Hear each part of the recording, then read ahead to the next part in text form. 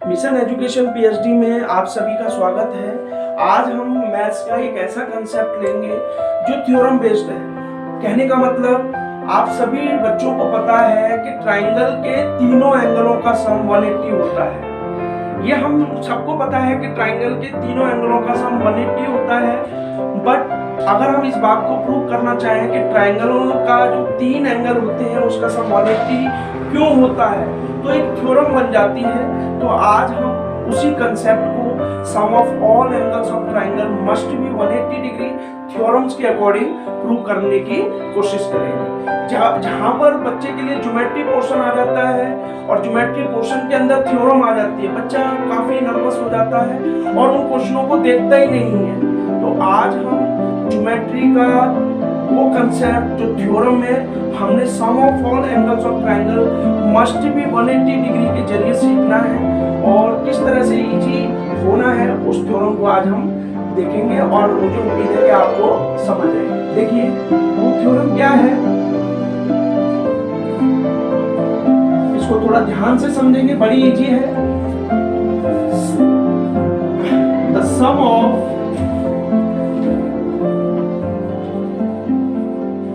all angles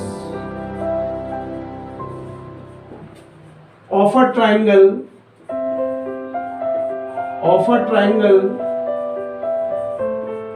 is 180 degree. क्या मतलब है कि एक ट्राइंगल है, ध्यान से समझेंगे। एक ट्राइंगल बनाया हमने, एक ट्राइंगल, बड़ा सुंदर सा ट्राइंगल बनाएंगे।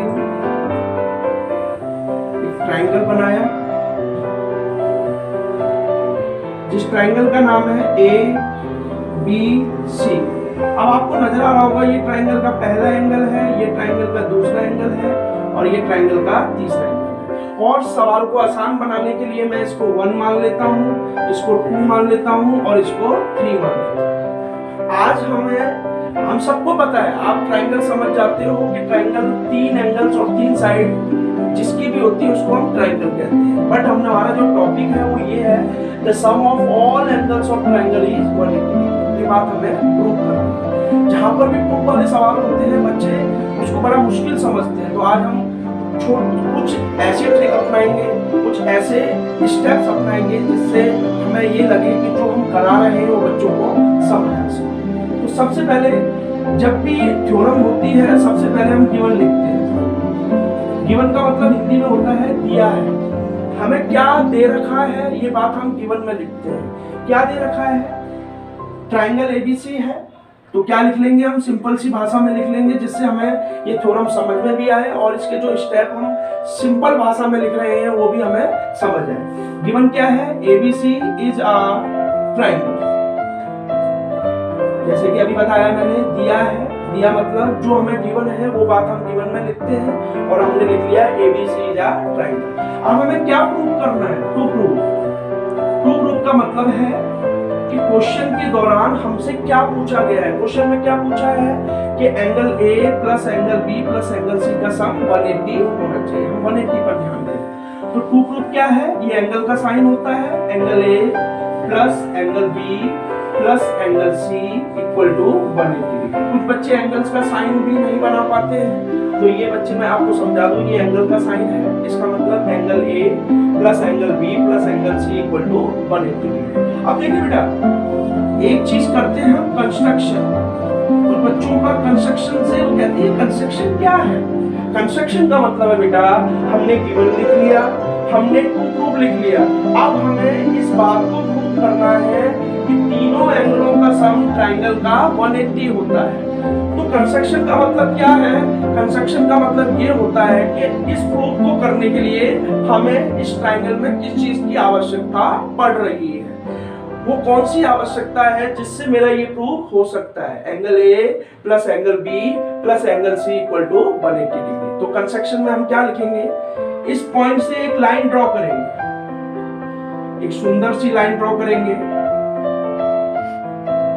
और आपको पता है लाइन कभी भी खत्म नहीं होती, ये एरो का साइन है। आप यहाँ पर भी प्रॉब्लम महसूस करते हो तो मैं आपको क्लियर कर दूं, ये जो मैंने एरो लगाया है ये लाइन खत्म ना होने का संकेत है कि मतलब ये लाइन इधर भी जा रही है और इधर भी जा रही है, तो इसलिए रोकने के लिए हम एरो लगा देते हैं।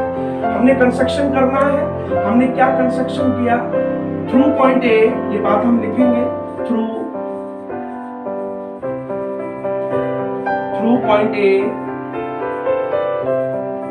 ड्रॉ, ये मेरा कंस्ट्रक्शन था, ड्रॉ, 2 पॉइंट ले लेंगे हम, एक ले लेंगे P और एक पॉइंट ले लेंगे Q। तो मैंने क्या लिखा, through point A, through point कौन सा पॉइंट है, यहाँ पर हम A लिख लेंगे, क्लियर, थोड़ा समझ आया आपको। तो हमने क्या लिखा, through point A draw PQ parallel है BC। मतलब हमने क्या किया कि इस A पॉइंट से हमने एक लाइन ड्रॉ करी और जो लाइन थी वो हमारा पॉइंट क्या बना रही है, PQ, और जो PQ है वो किसके पैरेलल होनी चाहिए, BC की। ये बात हमने कंस्ट्रक्शन में लिख ली। और क्यों लिखी, क्योंकि मुझे इस चीज की आवश्यकता है, क्योंकि मुझे पता है जब 2 लाइन पैरेलल होती हैं, क्योंकि इस कंस्ट्रक्शन में इस चीज का बड़ा ही इंपॉर्टेंस है। जब तक ये लाइन पैरेलल नहीं होंगी तब तक ये इसका प्रूफ नहीं हो सकता। तो ये लाइन की मुझे आवश्यकता थी, इसलिए मैंने इस कंस्ट्रक्शन में पॉइंट ए के द्वारा एक लाइन PQ ड्रॉ की जो BC के पैरेलल थी। बिना इसके इक्वेशन ये थ्योरम प्रूफ नहीं हो सकती। अब देखिए, इस PQ पैरेलल BC का मतलब क्या है, जब 2 लाइन पैरेलल होती हैं तो अल्टरनेट एंगल होते हैं, हमेशा अल्टरनेट एंगल Z बनाता है, ठीक है जी। तो इसको नाम दे देते हैं हम 4, जिससे आपको क्वेश्चन समझ आ जाए। ऐसे देखिए, जब हमने अल्टरनेट एंगल इस तरफ बनाया तो 4 = 2 बनेगा, ऐसे ही अल्टरनेट इधर बनाएंगे, इसको हम क्या ले लेंगे, 5। ये 5 किसके बराबर होगा, 3 के। तो इसलिए हमने ये एंगल मुझे चाहिए थे, इस वजह से मैंने PQ किसके पैरेलल बनाया, BC के बनाया। अब हम प्रूव करेंगे, जो मेन काम है वो यहाँ से शुरू होता है, प्रूफ। अब हम ये प्रूव करने की कोशिश करेंगे कि ट्रायंगल के तीनों एंगलों का सम 180 होता है।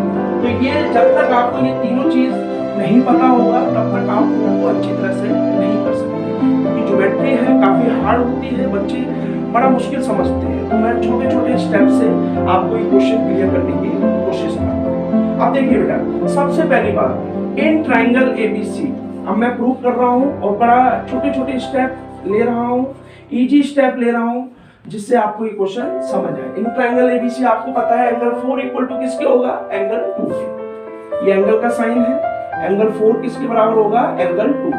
क्यों होगा, क्योंकि ये अल्टरनेट एंगल्स है। क्या है, अल्टरनेट एंगल्स। अल्टरनेट एंगल्स ये किसके कारण हुआ, अल्टरनेट एंगल्स के कारण आप लिख सकते हो। और अल्टरनेट एंगल क्यों बने, क्योंकि PQ किसके पैरेलल है, BC के। ये बात हम प्रॉपर लिखेंगे, रीजन होता है, रीजन नहीं लिखोगे मार्क्स कट जाते हैं। PQ किसके पैरेलल है, BC के। और PQ पैरेलल BC है तो AB हमारी क्या है, ट्रांसवर्सल लाइन। ये बात हम प्रॉपर में लिखेंगे, AB is a transversal line. Reason proper लिखना चाहिए, नहीं तो मार्क्स कट जाते हैं। 3 या 4 मार्क्स में आपसे बोर्ड एग्जाम में पूछी जाती है, कहीं किसी भी एग्जाम में आपसे इतने नंबर की तो पूछी जा सकती है। अब एंगल 5 = किसके होगा, एंगल 3 के। एंगल 5, एंगल का साइन थोड़ा आप आराम से बना सकते हो। एंगल 5 = यहाँ पर भी एंगल सही बना सकते हो। ये भी सेम रीजन, अल्टरनेट एंगल्स,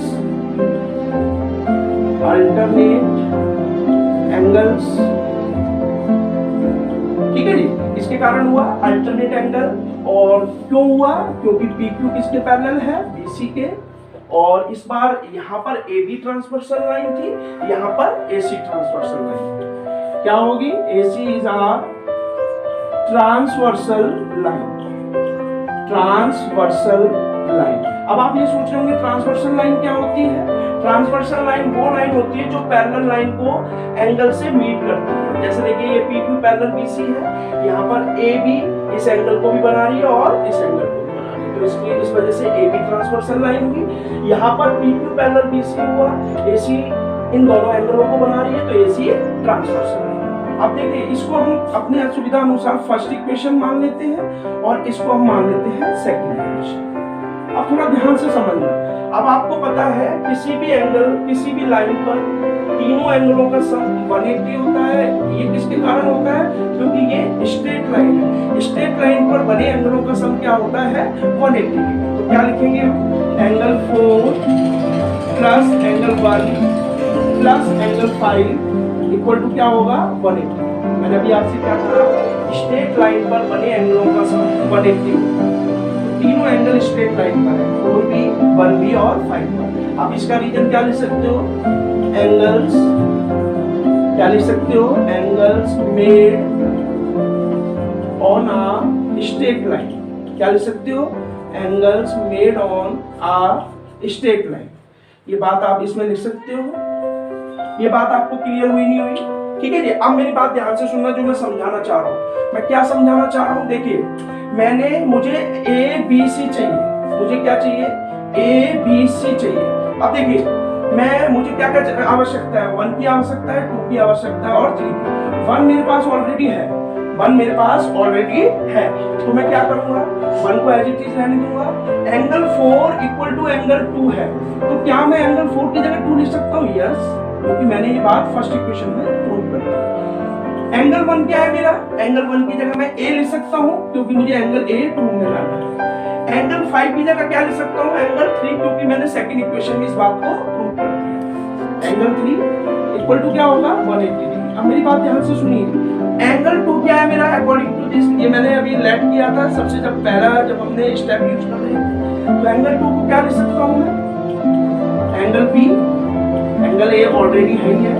और एंगल 3 को आपको पता है सी पर कौन सा एंगल लिया है मैंने? 3। एंगल 3 को क्या लिख सकता हूँ? Angle C, 180 degree. इसको आप सीक्वेंस में लिख सकते हो। सीक्वेंस क्या है? ऑर्डर क्या है? Angle A plus angle B plus angle C equal to 180। Hence it is तो मैंने हेंस इट इज। ठीक है जी। ये बात समझ आई नहीं आई? क्लियर? Any doubt? तो हमने क्या सीखा आज? और आप एक चीज और लिखना चाहो तो लिख सकते हो यहाँ पर। ऐसा हमने इंटरचेंज किया था, एक रीजन और लिख सकते हो। Angle 2 plus angle A plus angle 3। हमने एंगल 4 की जगह क्या लिखा था? एंगल 2। तो यहाँ पर हम एक बात लिख सकते हैं, यूजिंग ये बात जब हम इसको चेंज कर रहे हैं तो ये हमने किसके अकॉर्डिंग चेंज किया? 1 और 2 के अकॉर्डिंग चेंज किया। तो आप लिख सकते हो using first and second equation. क्या लिख सकते हो आप? Using first and second equation. कैसे? नहीं समझ आया? दोबारा समझ लीजिए। मैंने क्या लिखा? Using 1 and second equation. मैंने यूजिंग 1 एंड 2 क्यों लिखा है? क्योंकि मैंने यहाँ पर क्या किया? देखिए, यहाँ पर एंगल 4 था, यहाँ पर एंगल 4 था, तो मैंने एंगल 4 की जगह क्या लिख लिया? ठीक है जी। और एंगल 1 तो ये है ही है। इक्वेशन सेकंड में क्या था? एंगल 5 की जगह एंगल 3 था। एंगल 5 की जगह मैंने क्या लिख लिया? Angle 3 equal to 180 degree. ये बात मैंने लिखा using first and second equation. तो जो फर्स्ट और सेकंड में दोनों चीजें बराबर थी, मैंने उनकी जगह वो नंबर इंटरचेंज कर लिया। एंगल 4 की जगह एंगल 2 लिख लिया, एंगल 5 की जगह एंगल 3 लिख लिया। और ये चीज मैंने आपको समझा दी। एंगल 2 क्या था मेरा? बी। एंगल ए तो एंगल ए है। एंगल 3 की जगह एंगल सी दिया 180 डिग्री, और इनको मैंने ऑर्डर में लिख लिया। Angle A plus angle B plus angle C equal to 180 degree. तो मैंने आपसे क्या कहा कि आज मैंने क्या प्रूव किया था? Sum of all angles of triangle is 180 degree. ये मेरा क्वेश्चन था और मैंने सारे स्टेप यूज किए। तो लास्ट में मैं ये कह सकता हूँ कि angle A plus angle B plus C equal to 180 degree. कहने का तात्पर्य क्या है कि ट्रायंगल के तीनों एंगलों का सम 180 होता है। ये बात मैंने